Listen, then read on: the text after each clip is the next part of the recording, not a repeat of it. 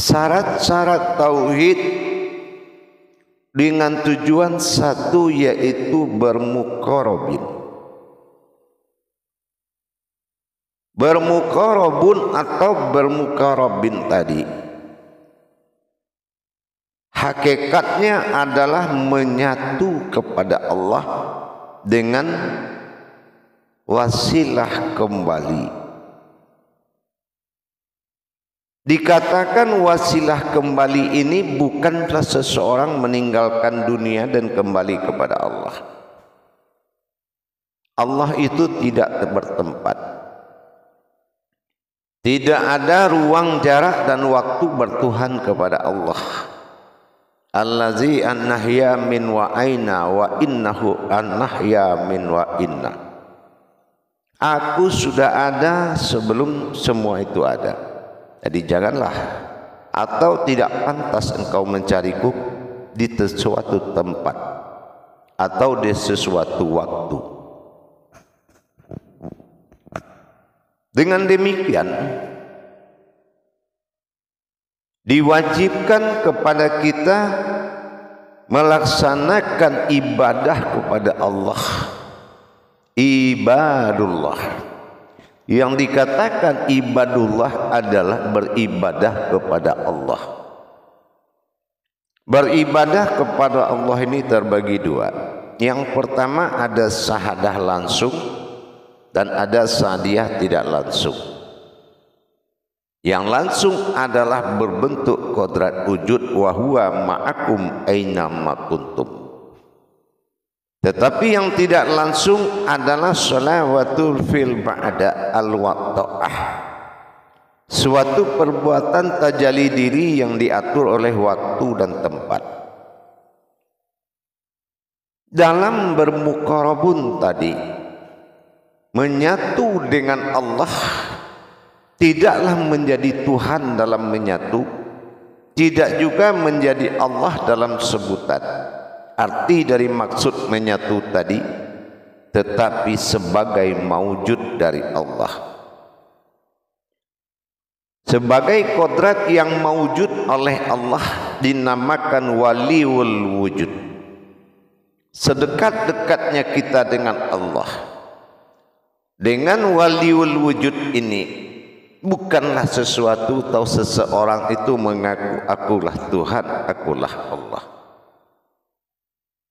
Iman tauhid kita dalam melaksanakan ma'rifatullah, dalam mengenal Allah, dibutuhkan persiapan-persiapan kodrat, bukan persiapan kemampuan ma'rifat, tapi disiapkan persiapan kodrat.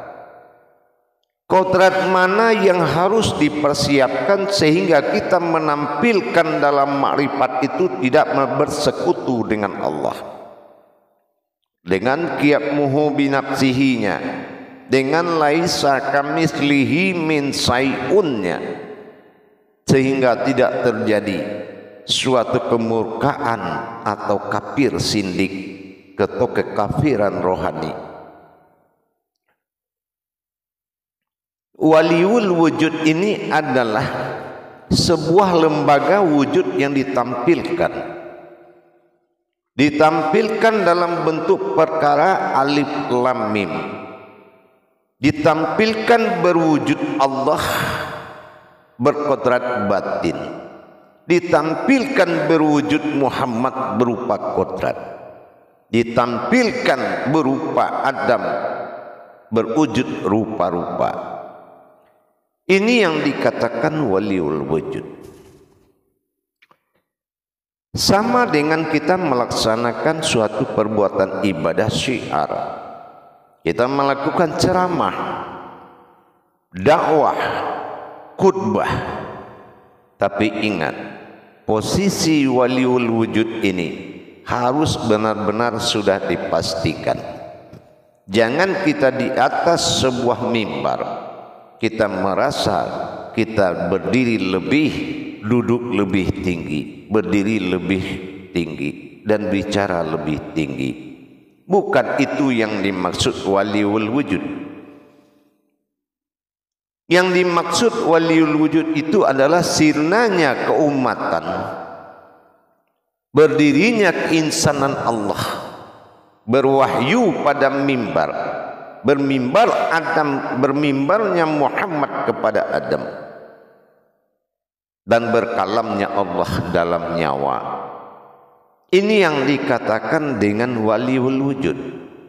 Bukan hanya kita yang bisa berbicara, itu pun hakikat kewujudan Allah pada diri dengan waliul wujud tadi itu harus nyata.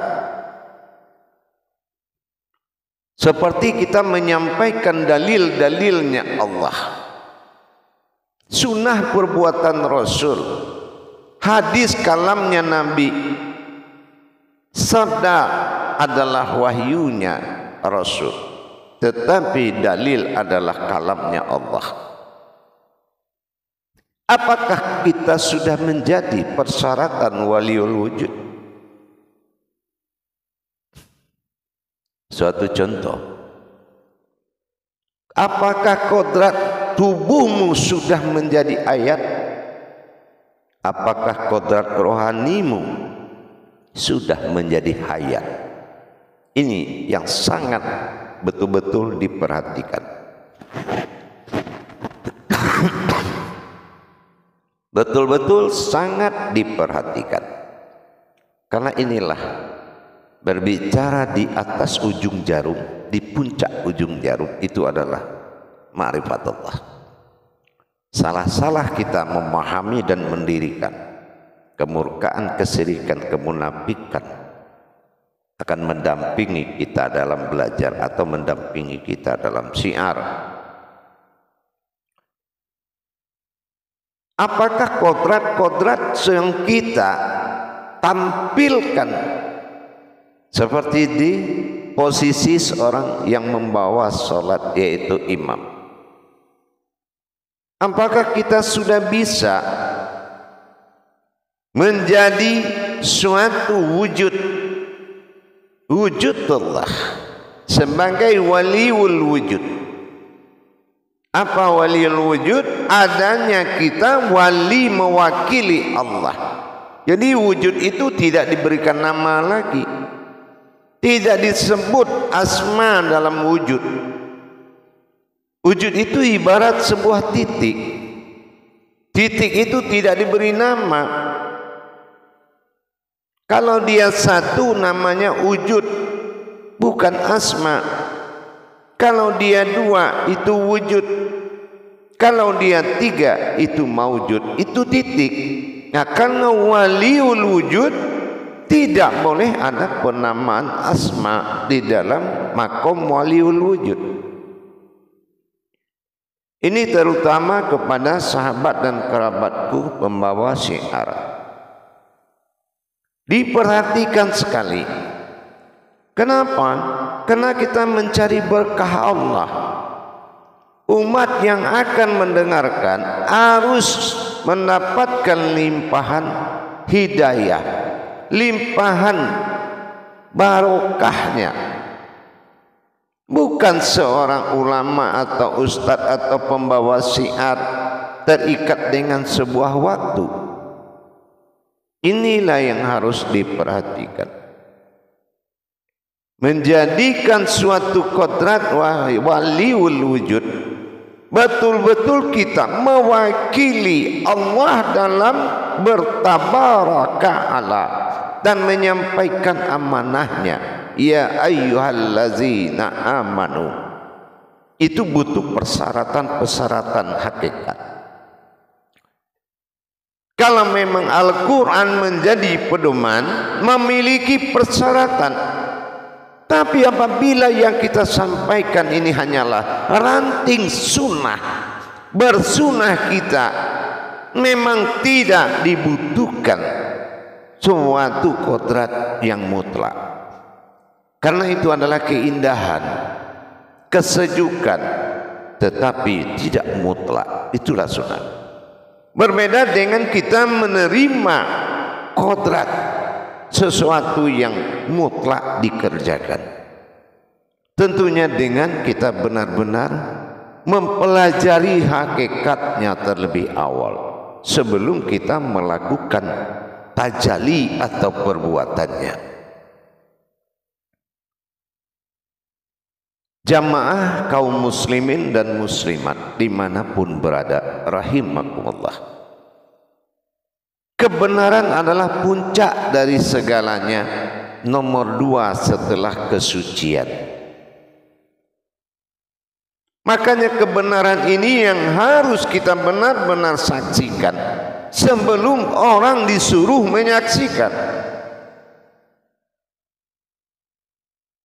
Jangan pemahaman yang kita dapat, yang kita sampaikan itu pemahaman diri, bukan pemahaman yang dimaksud oleh Allah, yaitu pemahaman yang diberikan oleh Allah. Perhatikan surat Al-Baqarah ayat 269. Waliul wujud adalah pegangan Tuhan yang berasmakan Allah. Tuhan yang bernama Allah, kalau dia sudah bernama berarti sudah memiliki perwalian. Ibarat kita ingin meminum sebuah air dalam botol aqua. Perwalian air itu adalah botol. Begitu juga waliul wujud, termasuk kita menamakan diri kita. Siapa kita tidak perlu ditampilkan. Dan tidak perlu merasa ada di saat kita menyampaikan sebuah kodrat kepada seseorang umat.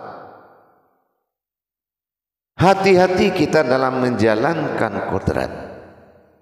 Jangan hanya sebuah kewajiban asal sudah sampai sudahlah, terima enggak terima urusan Allah. Itu tidak boleh. Naif. Kita lakukan di dalam ajaran tauhid kepada Allah. Ajaran tauhid kepada Allah, alif datang, alif menunggu. Inna lillahi, karena hidup adalah mati dan mati adalah hidup yang panjang. Di alam kematian ini kita harus memunculkan kodrat yang hidup.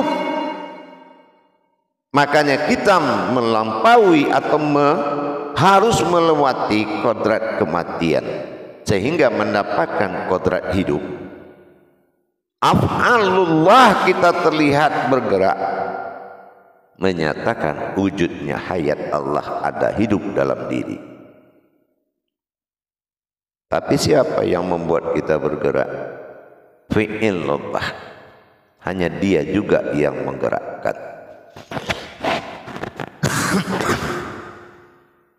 Insya Allah. Jamaah yang dirahmati Allah, rahimakumullah. Hakikat dari waliul wujud tadi, sebuah wujud yang disampaikan oleh maujudnya. Ingat, hakikat dari waliul wujud adalah sebuah wujud yang disampaikan oleh maujudnya sendiri. Ini yang harus benar-benar diperhatikan dengan baik. Jangan kita merasa menyampaikan, tetapi kita mewakili sebuah wujud. Dan tampilan yang kita tampilkan adalah sebuah wujud yang maujud. Inilah hakikat dari waliul wujud.